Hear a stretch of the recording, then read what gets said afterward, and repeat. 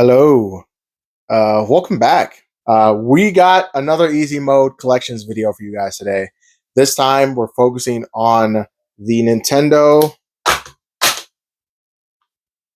3DS. So the thing with as I pick up my copy of Animal Crossing New Leaf, the thing with this video was that it was originally going to be a Switch video, and then I was like, I think I'm getting deja vu right now. And then I scrolled back and saw that I actually already did a video on my Switch collection. Now my Switch collection has kind of since grown, then at least a tiny smidge, a little bit. So I'm coming with you guys with a little bit of a smaller, by comparison, video with the 3DS video because my 3DS collection is small, but it's mighty. First up, I've got Adventure Time, Explore the Dungeon because I don't know. The reasoning behind why I got this game is that I saw it a lot as a kid. This was around the time that they did Adventure Time, like Ice King, Why'd You Steal Our Garbage or something. And like I think one more Adventure Time game like after this. But I also had like a regular show game like Mordecai and Rigby and 8-Bit Land. And I was like, oh my gosh, I love Adventure Time. And I love regular show. I haven't gotten the regular show game yet, and I haven't gotten the other Adventure Time game yet.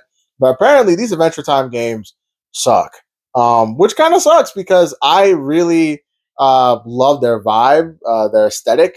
That's kind of the main reason I got it. Now, have I played it? No, because when I go into my Game Eye app and I see the Metacritic score and it says 49 on Metacritic, it makes me not want to play the game. So I have not played the game yet. Animal Crossing New Leaf. Speaking about more games I haven't played, or I've played very little of. I think there was a demo for this game. I'm not entirely sure, but I saw this game everywhere when I was a kid. It was the Animal Crossing game. You know, before it was like the Animal Crossing game before New Horizons. But the success of New Horizons has kind of drowned New Leaf out. I have a friend Sam, shout out Sam, and he is a New Leaf truther. And he believes that this game does a couple things better than New Horizons. I don't think he hates New Horizons or anything, but does a couple things better. And I really want to try it out, at least for a little bit, because I like New Horizons. Funny enough, like New Horizons was the very last game my parents ever bought for me. And that's kind of the one thing I always remember it for, because they were like, you should be buying these yourself now. And I was like, that's a good idea. So Animal Crossing New Leaf is definitely on my bucket list, at least as like a try. I don't expect that will like, reinvigorate my love for Animal Crossing, or that I'll be on my 3DS playing this thing all the time. But it is Bravely Default. Actually, speaking of a game I have tried, Bravely Default, I've tried for about 30 minutes to an hour. Now, for an RPG of this length, of this size, and any other sus thing I can say, Bravely Default is pretty solid. I mean, I was drawn, of course, to a lot of the things that Square Enix has done since Bravely Default has come out. Just the way that they design their characters and overall, like what people have to say about those games has drawn me to them heavily. I haven't gotten a chance to play this, and as a lot of people know with collectors, you don't get a chance to play a lot of things. But the fact that I was like, all right, I'm gonna at least start this thing up, try it out for a little bit, has been huge. Has been huge. And I definitely want to give this another go around. And this is one of 3 Bravely Default games I own, which is crazy that I own 3 Bravely Default games, but I haven't really touched any of them. Like I haven't like really completed any of them, which I don't think has really happened for a lot of franchises. If I own multiple entries in a franchise, I've at least like really dug into or completed one of them. Speaking of that second Bravely Default entry, we've got Bravely Second End Layer. And I don't know, the first off, the cover's kind of hard. Tell me you don't think this cover's hard. I think it's hard. And uh, I think that the cover just being really cool drew me to it a lot too. So I was like, oh well, I'm gonna play Bravely Default. I'll probably like Bravely Default because I like RPGs. So let me just get this and save myself the hassle so that when I eventually play Bravely Default, wow, I'll like it, and I'll just have this on go for when it's time to play Bravely Second. So yeah, that's the whole reason I've got Bravely Second End Layer. Next up, we've got Disney Epic Mickey Power of Illusion. Now, the thing with Epic Mickey is that I've seen this all over the place. I have the Wii game. The commercials were like something that like is ingrained in my head. It's somewhere back there. I can't recall to you exactly how the commercials work, but I can tell you that those commercials were banging enough for me to remember. Oh shoot, Epic Mickey, this is probably cool. I'm gonna get this game. I haven't played it yet. I actually got it from my friend Elliot, and I have not touched it yet. So you'll probably be hearing that a lot throughout this. Actually, not as frequently as my other collection videos. I'll say that not as frequently as the other ones. But this one is one of them. We're just starting off rough. Okay, we're just starting off rough. And it kind of continues into this next game, Donkey Kong Country Returns 3D. Now, if you know me, I'm a huge Donkey Kong fan. It's on like Donkey Kong. I love Donkey Kong Country. I love Donkey Kong as a character. He's the goat. He's the goat. Okay, and the games are just goated. And I love Donkey Kong Country 1. I'll never forget playing DKC 1. I was sick. Like I was like incredibly sick. Like like one of those like flus where it's like, oh my goodness, like is this the end? And then like 2 days later, I was like, oh, I'm perfectly fine. Um, I was playing DKC 1 during that entire time period, and I was like, man, this game rocks. So much so that I immediately played DKC 2 after, and I was like, man, this game's even better. And then I played DKC 3, and I was like, yeah. I was like, it's still pretty good. But Donkey Kong Country Returns 3D. So DKC 1 wasn't my first DKC game. It was technically Tropical Freeze. Like I played like a demo of that when I was younger. And then like a little bit after that, like I like completed DKC Tropical Freeze. Um like actually once I got it like rented. And then I bought it for the Switch and then played that, and I was like, oh yeah, this is great. But the Switch version came after DKC 1, just giving you an overview of my Donkey Kong Country timeline. But Donkey Kong Country Returns 3D, I don't like this game. I don't like this game. The thing with DKC Returns 3D is that it is a game that I look at it and I'm like, man, there's just a whole lot of BS in this game. I'm sorry, like the DKC games in general, like they're challenging platformers, right? The newer ones, like Tropical Freeze, less so than like Returns, like this game. But actually, Returns 3D is supposed to be the easier of the two between the red. Well, there's three now. There's the Switch game, and there's this, and there's also the Wii game. But it was the easier of the two when it came out, right? And that's actually kind of wild to me because I look at Donkey Kong Country Returns 3D and I'm like, man, I'm getting filtered right now. And I've never had this happen to me in a DKC game. So, uh, yeah, man, I don't know. I can't rock with it. The Kremlings aren't there. Like, yeah, and the Kremlings aren't in Tropical Freeze either, but Tropical Freeze just looks incredible. It bangs. I can kind of just accustom this to like, you know what? We're coming back onto the scene. Things aren't 100% fleshed out yet. That's how this is rocking, right? Yeah, it's unfortunate. It's unfortunate. Next up, I've got Etrian Odyssey 4. Now, Orbology, shout out Emily. She, does a lot of videos regarding, different RPG series she likes and that she's into. And Etrian Odyssey 4 was, talked about. I got a couple recommendations just by watching her channel, and this was one of them. And I found a copy that had like the little cardboard box attached with it. It doesn't have like the CD, which is unfortunate, but I'm going to try and find the CD eventually. But I haven't even looked at the prices. So if it's crazy expensive and you like Etrian Odyssey, please let me know in the comments below so you can crush my dreams immediately that I am not getting that CD, because if it's expensive, yeah, this will just stay incomplete. But it was a cardboard box, and I was like, well, I'm kind of attracted to that. So I had to get Etrian Odyssey 4 for the Nintendo 3DS. Haven't played this one. Yep, you probably guessed it, crazy. But it's got that nice little Atlas logo in the bottom right corner. So I will eventually be playing it, no matter what. So yeah, I mean, you already know how it is. Speaking of a game I have played though, Fire Emblem Awakening. This is gas. It's peak. Any other TikTok slang people use to describe things they like, just slap that bad boy onto this thing, okay? Ignore the price. Also, if you're in Northeast Ohio area, please shop at Duck Duck Games, your local retro game store in Monroe Falls. So Fire Emblem Awakening, it's gas. It's amazing. Um, I really don't know what else to say about it. It's been so long since I've played Awakening. So for context, this was my first Fire Emblem game, and I didn't like hear anything about like the stigma around Fire Emblem. There really wasn't a stigma around Fire Emblem when this thing came out because Fire Emblem was so niche that they were like, "Yo, this is the last game. We're once this game comes out, we're done." And this game did so well, they were like, "Oh shoot, it's time to bring it back." Now, keep in mind, they had to add like the dating sim elements and kind of make the characters a little bit more personable. But there is still that lovable Fire Emblem strategy gameplay in here. As someone who finally played an older Fire Emblem game, like pre-Awakening, just a year ago, 2 years ago.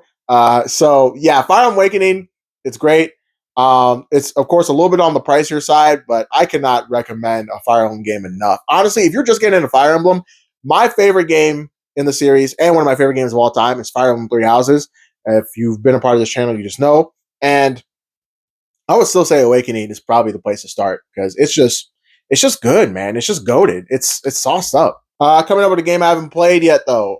Fire Emblem Shadows of Valencia Echoes. Now, this game has a very funny story. So, my friend Luke, right? He sold me this game, right? And I was like, oh well, I mean, I like Fire Emblem. I had not even played Three Houses yet when he sold me this game, and I was like, oh well, I like Fire Emblem. And he was like, okay, cool. Here you go. If you want this game, I forgot how much I paid for it, maybe like $30. And I was like, oh yeah, I mean, yeah, that seems fair. It's Fire Emblem, and it was relatively new. I think this was like in 2019 or 18 that he sold me this game. And he was like, yeah, so like, what do you think? And I was like, oh, I haven't even played it yet.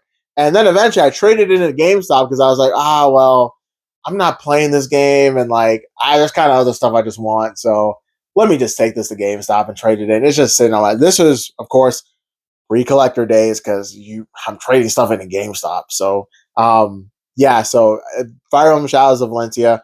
The funny thing is that this box is empty. There's not even a game in here. I'm pretty sure I gave the game to my sister because I know I did have it eventually. But this needs to get filled back up again expeditiously. So that's what I think about this game. You want to know what I think about this game? Mid, complete mid. There's not much to say about Fire Emblem Fates Birthright that has not been said already. I was late to the party. I played this game for the first time a couple months ago. Yeah, so I completed Conquest, which I'll show you guys later, and I like got halfway through Birthright, and I was like, "This is boring. I'm bored. I don't want to play this game anymore. Take me home." And that's exactly what happened. Except the taking home part, I was still in the middle of uh, upstate New York doing work. But anyway, this game though, there's just not much to say about it, man. Even Fire Emblem Fates haters don't have much to say about this thing. It's just boring. It's just mid. That's the worst thing. That's the worst thing in my opinion. A game can be just boring and mid and nothing. Like, so yeah, Fire Emblem Fates Birthright. It's a game.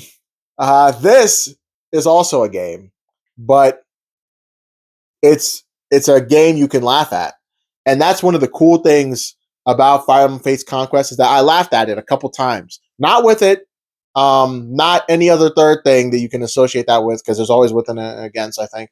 But Fire Emblem Fates Conquest is a funny game because a lot of the times it's begging you to take it seriously, but it's not like Engage where like. Wow, I'm going back and hating Engage.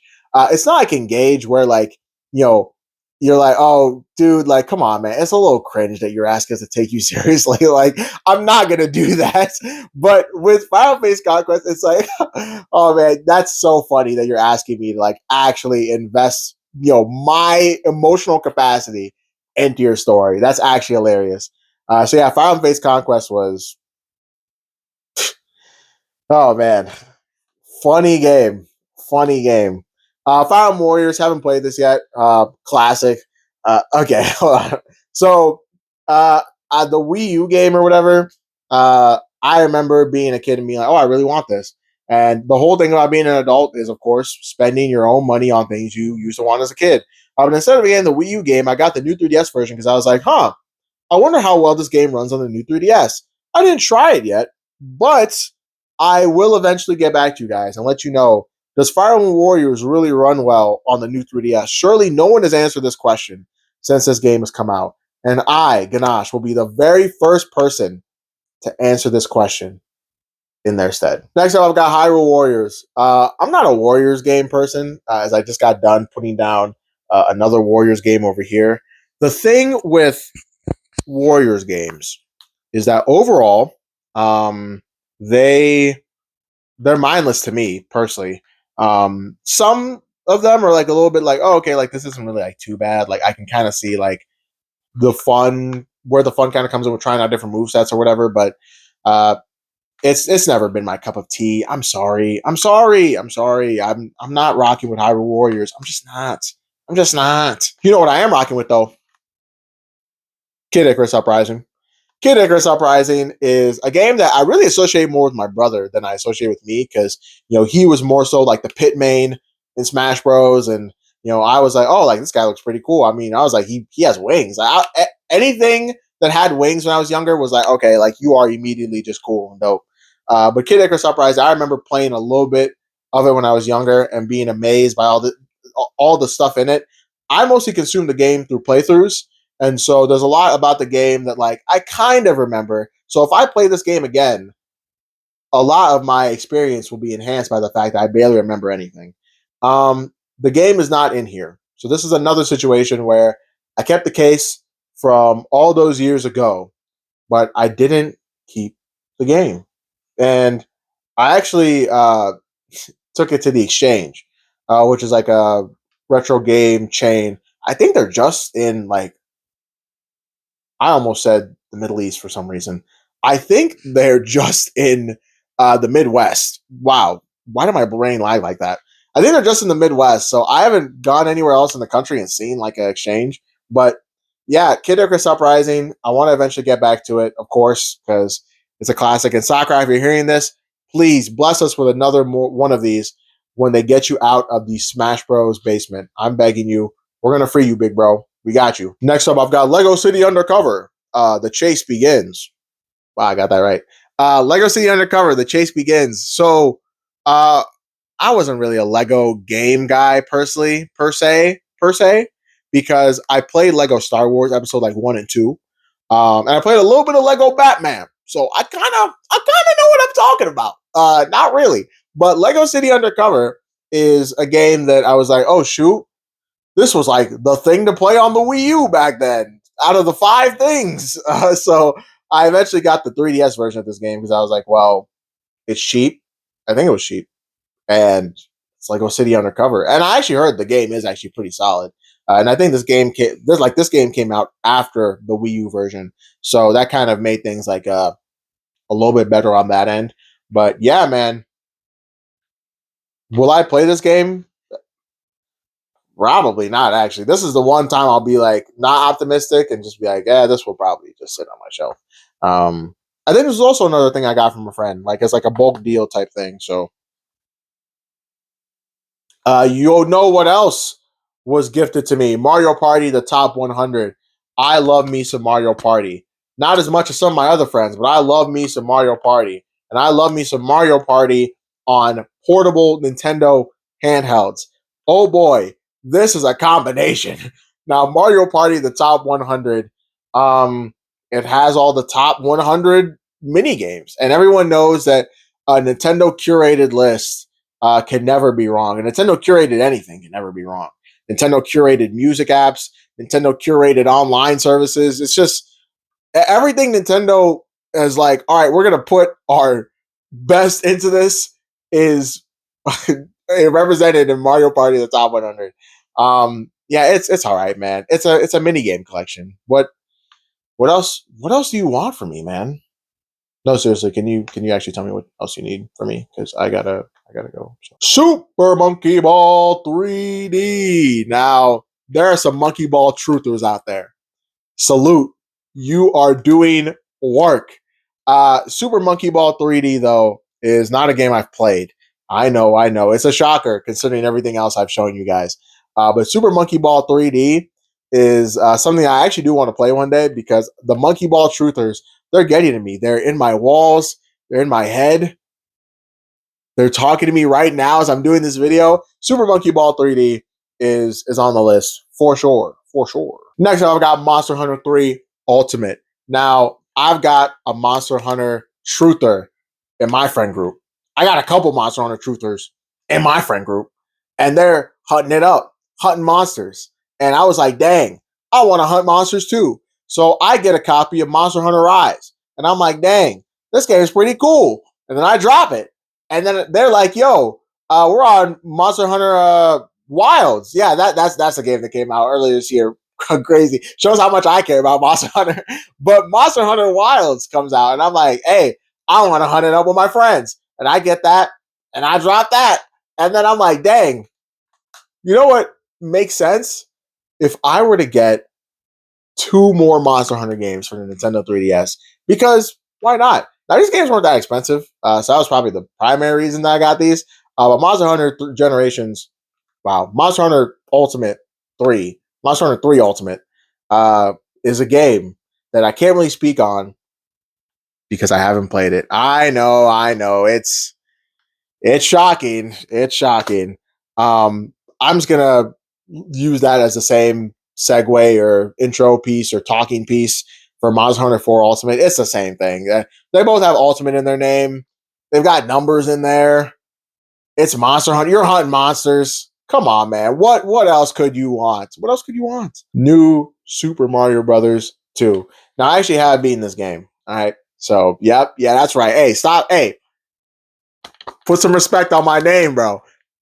New Super Mario Brothers 2 is a good game, actually. I think I actually prefer it over New Super Mario Brothers for the DS, solely because my little brain is like, ooh, coins. I can grab coins. And once I grab some coins, I'm rewarded because they're like, great job. This whole game is about grabbing coins. So you did a good thing. I think I played it like 2 years ago. And, my friend Kyle actually really likes this game too. So that was also another thing where I was like, oh, shoot, well, I gotta hop on this thing, right? And it's a Mario game, so I was like, surely it shouldn't take me that long. But this is how I know my gaming skills are degrading because every new Super Mario Brothers game I played after this, I've been like, dang, like this game kind of got hands. I'm I'm trying to turn my brain off, and I'm sitting there like, why is New Super Mario Brothers for the Wii U just kicking my butt right now? It doesn't make any sense to me. But anyway, off the topic of Mario, we're heading on to a bigger icon, Pilot Wings Resort. Pilot Wings Resort is the name of the icon. So this was, I think, this was a launch title for 3DS. If you were around for the launch of the 3DS, the only thing you could have really told your parent, if you were young enough that you still needed a parent to buy you games, the only thing you could tell your parent was, "Mom, it's in 3D. That DS you got me, it's in boring 2D. Boo. 3D good. Get me the 3DS."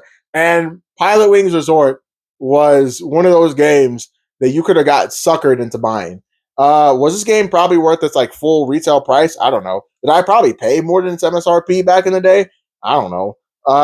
But yeah, Pilot Wings Resort, man. This it was a game, and it exists, and it's in this collection, and it's collecting dust. If you get what I'm saying, I'm probably not going to play this game. I might actually play it for maybe like 10-ish minutes, 10 minutes. But we're about to get into the heavy hitters, the meat and the potatoes. Pokemon Alpha Sapphire and Pokemon Omega Ruby. It's down there. I'm just not going to grab both right now. But Pokemon Alpha Sapphire. Now, the Gen 3 remakes, I was in middle school, right? When the Hoenn remakes confirmed meme was going on. People forget about the times where like people used to actually ask for remakes, right? And I think that just kind of stopped after BDSP. People were like, oh, good heavens, they're making more of these things. No more remakes, please. But yeah, people used to actually ask for these things. And Alpha Sapphire and Omega Ruby was like the one where people were like, oh my gosh, you know, around the "do you like Mudkip's" phrase and all that like jazz. If I'm exposing my age here, as if I'm that old, but Pokemon Alpha Sapphire was one of those games where I thought it was pretty good. I also thought it was a very good Pokemon game in general. So there's kind of this different criteria people give for remakes and remasters. This just brought Hoenn into like the Gen 6 space where it's like, hey, there's Mega Evolutions and all that jazz. Same way Heart Gold and Soul Silver did, but like everything that was going on in Diamond and Pearl was still kind of very classic Pokemon.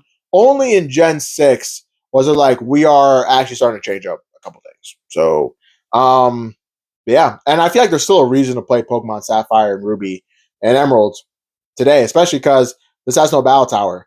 And if you know my friend of the channel, Sparkle, you know he absolutely hates that fact about these games. And I can only respect the grind because it does kind of suck. I'm not going to lie. But next up, I've got Pokemon Sun. I also have Pokemon Moon, but that game is loose.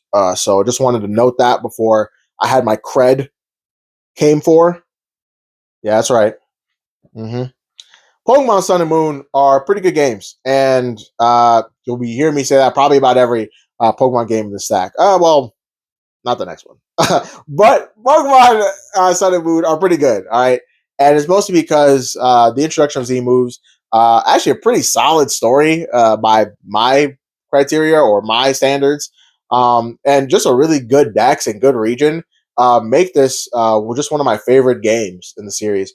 My friend Luke, this was one of his first Pokemon games. It's always interesting to see what someone's first Pokemon game was because it kind of really influences how they view the series as a whole. So he's very appreciative of all the new stuff that you're always adding and all the cool things they get to do with the decks and with the gimmicks. And even though like I'm not as appreciative of that stuff, I still think this game's really good. And I think it's worth your time if you want to get into Pokemon because this is actually a pretty good starting point. And I was hyped when this game was coming out. I was hyped when it was coming out. So yeah, this is the game I was talking about where I was like, this is not good. So Pokemon Ultra Moon. Oh, why does this game exist? So before people come for me, yes, Necrozma is cool. Necrozma is dope. What else do you want to ascribe to, Ultra Sun and Moon aside from Necrozma? I just really don't think this game should have existed. I think if they were gonna do like a second set of games for Sun and Moon, it should have just had a little bit more to it, honestly. And yeah, actually, I actually stand on that. I stand 10 toes on that, actually. That there's just so many different other routes we could have gone. We could have had another direct sequel, even though Black and White 2 didn't sell well, but hey, that's my business and my business alone. But yeah, we could have just done something else aside from the weird alternate dimension, alternate timeline story, because they took the poison out of my Lusamine, bro. Like how can you do that? Why would you do that, actually? That's actually kind of mean. I'm not going to lie. Next up, I've got Pokemon X and Pokemon Y. Pokemon X and Pokemon Y. The cool thing about these games is that they were the very first 3D Pokemon games. And with being the first 3D Pokemon games, there was a huge, huge, like, excitement, but also, like, not requirement, why can't I find the word? Expectation, hopes. There was a lot of huge hopes for this game in terms of how good it was going to do and what it was going to do for the series. I wouldn't really say that it succeeded at all of them, but I think X and Y is underappreciative. And I don't really have any concrete like reasons as to why that's the case, aside from the fact that I like it. And I was probably at like the absolute height of my Pokemania, my Pokemon fever, right before this game came out. Like I was, because I fell in love with the series with Pokemon Black and White. I started with Leaf Green, but I fell in love with the series with Black and White, and these were the games before Black and White. And so when this game was coming out, I was like, oh my goodness, it's time, man. But this was probably where I'd say the beginning of the end was for Game Freak. So even though these games are good. Sorry, I'm really reorganizing this tower so it doesn't fall. Next up, I've got Scribblenauts Unlimited. This is a recent pickup. So as of right now, while I'm trying to get my graduate degree, I work at a game store. Perhaps the game store that you see a lot of my games are from. And Scribblenauts Unlimited was one of my pickups recently. I'd say like maybe like a week or two ago. And I was always someone who was interested in Scribblenauts. just because I was like, oh shoot, like you can just make anything, right? And like as a kid, like the imagination I would have as a kid, I was like, oh shoot, like that's amazing. Now as an adult, I'm like, there has to be like some sort of limit here. But I'm excited to try out a Scribblenauts game. It will probably be this one because I have a Scribblenauts game on the Wii U, and playing Scribblenauts on like a home console just kind of feels weird to me. That feels like something I just wouldn't care for like at all. But yeah, Scribblenauts Unlimited, man, it's there and it's good. Speaking of good games, we've got The Sims 3. Speaking of games I can't comment on the quality of, we have The Sims 3 for the Nintendo 3DS. Now, The Sims 3 for the 3DS is an enigma to me. It's not something that I'm well versed in. I know it has existed for some time, but I can't really comment on whether or not the game is worth it compared to the PC version. The Sims 3 for PC is one of my like damn near one of my favorite games of all time. It's amazing. Um, so that's why I was like, well, recently even, why don't I just get the Sims 3 for the 3DS and see if this is good or not? Because I know there are Sims games for like other portables. I have the Sims 2 for the PSP, and I know there's a Sims 2 for the DS. Actually, I have the Sims 2 for the DS. Uh, I don't, but I have the Sims 3 for the 3DS, and I will let you guys know as soon as possible that this game is good. Uh, I hope it is. Do you? Do you hope it is? Next up, I've got Sonic Generations for the 3DS. Now, this was also a recent pickup, fairly. And the cool thing about Sonic Generations for the 3DS is that that was when I ran into my very first nerd. So, yep, let me come here. So, sit on Grandpa Oscar's lap and let me tell you a story about Sonic Generations for the 3DS. Now, I couldn't have been any older than like 11 at the time, right? And my babysitter had this one son, right? And he was like a huge Sonic fan, right? But now looking back at it, I was like, like, I think bro was maybe like a little too into Sonic. But overall, he was showing me, he was like, oh, like here's this Sonic game for 3DS Sonic Generations, right? And as a Sonic kid, I was like, oh my goodness, that was actually probably the first time I even heard of Sonic Generations. And I was like, well, this looks incredible. Then I learned that it was on PC, that it was on the PS3, on the 360, and I got it on PC, and I had a really old rundown Toshiba laptop. So needless to say, I couldn't actually play Sonic Generations until I actually made my PC. To which I never finished Sonic Generations until I bought Sonic X Shadow Generations last year. That's the story with that. In terms of how good a 3DS version is, I've actually played a decent amount of this before I even bought the game, all those years ago, and it's all right. You know what I'm saying? It's not a bad port. I think a lot of the 3Ds, like the modern Sonic levels, are like 2D, like 2.5D ish. Um, don't quote me on that, please. Please don't quote me on my Sonic Generations knowledge and expertise.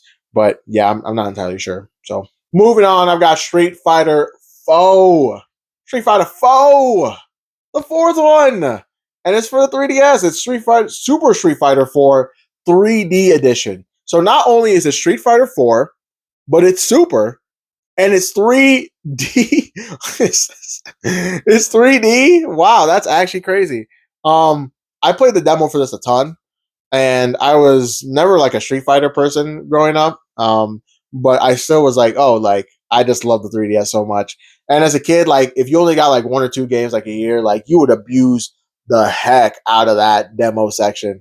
And that's exactly what I was doing. So, Super Street Fighter 4 for the 3DS. I actually did boot this up like for a little bit just to see if my 3DS worked because I got a new 3DS, not a new 3DS, but like a new 3DS. Well, technically, it was like a used 3DS, so not like a used new 3DS. This bit is getting old, isn't it? This game has only seen action as my test game, and I want to change that eventually and like actually like start labbing. I'll go to competitions and just start dominating in Super Street Fighter 4 for the 3D edition. That's not going to happen, is it? Next up, I've got Yoshi's New Island for the 3DS. Now, Yoshi's New Island is a game that I remember seeing a lot of just as a kid, just the commercials. I watched a lot of TV, so I saw a lot of commercials for games. And there's not really much I can say about this game, honestly. So it exists, and there's not even a funny joke I can make about this game. It's just Yoshi, man. And one day I'll probably play it because I think it looks cool, and that's why I get like honestly like 70% of this stuff because I think it looks cool. So next up, I've got The Legend of Zelda: A Link Between Worlds. Yeah, I actually have played this game. I think I've beaten this game actually. Um, and I got like a copy from a friend like a way back, and I just played it and beat it, and that was pretty much it. Um, but it's crazy though because like this game has not really imparted like anything onto me. So I can't really comment on memories or anything. Just the fact that a friend gave it to me and was like, "Here," and I played it, and I was like, that was a good game. And I gave it back to him. That was it. That was it. A Link Between Worlds. A Link Between Worlds, y'all. Not A Link to the Past, which is like the spiritual predecessor of the game. Because it's like a link between. Okay, all right, fine. Next up, I've got Majora's Mask, Legend of Zelda Majora's Mask 3D. Now, I like Majora's Mask. I like how creepy it is. I like just the eeriness that comes out of those like low polygon models. The fact that Link is screaming his face off as he transforms, that's dope. That's awesome. Um, I think all that sauce was just kind of taken out of this, low key. I haven't finished the 3DS version. I haven't even finished the N64 version. Why did I even make that distinction? But yeah, so I just think a lot of the sauce is like missing, and I kind of like just got it again because I was growing up. I was friends with like a huge Zelda fan, and we would talk about this game a lot because we had just digested the game through playthroughs, and yeah, um, hopefully one day I'll get to actually compare notes if I have like all the time in the world. So, and finally, we've got The Legend of Zelda: Triforce Heroes. There's not much I want to say about this game aside from the fact that I got it because my brother and one of my best friends we were supposed to play this game together, and we didn't. So if you two are watching this video, we need to play this game together. You made me drop $30+ on a game that is sitting on my shelf because we are not playing it. Dude, seriously, if I find and that is the entire 3DS collection, y'all. It's not. This isn't the entire thing. I wanted to look cute for like. Oh, I want to look cute for the thumbnail. Thank you guys so much for. Thank you guys so much for tuning in. I'll be back because I have more games and I keep buying them and I want to keep showing them off.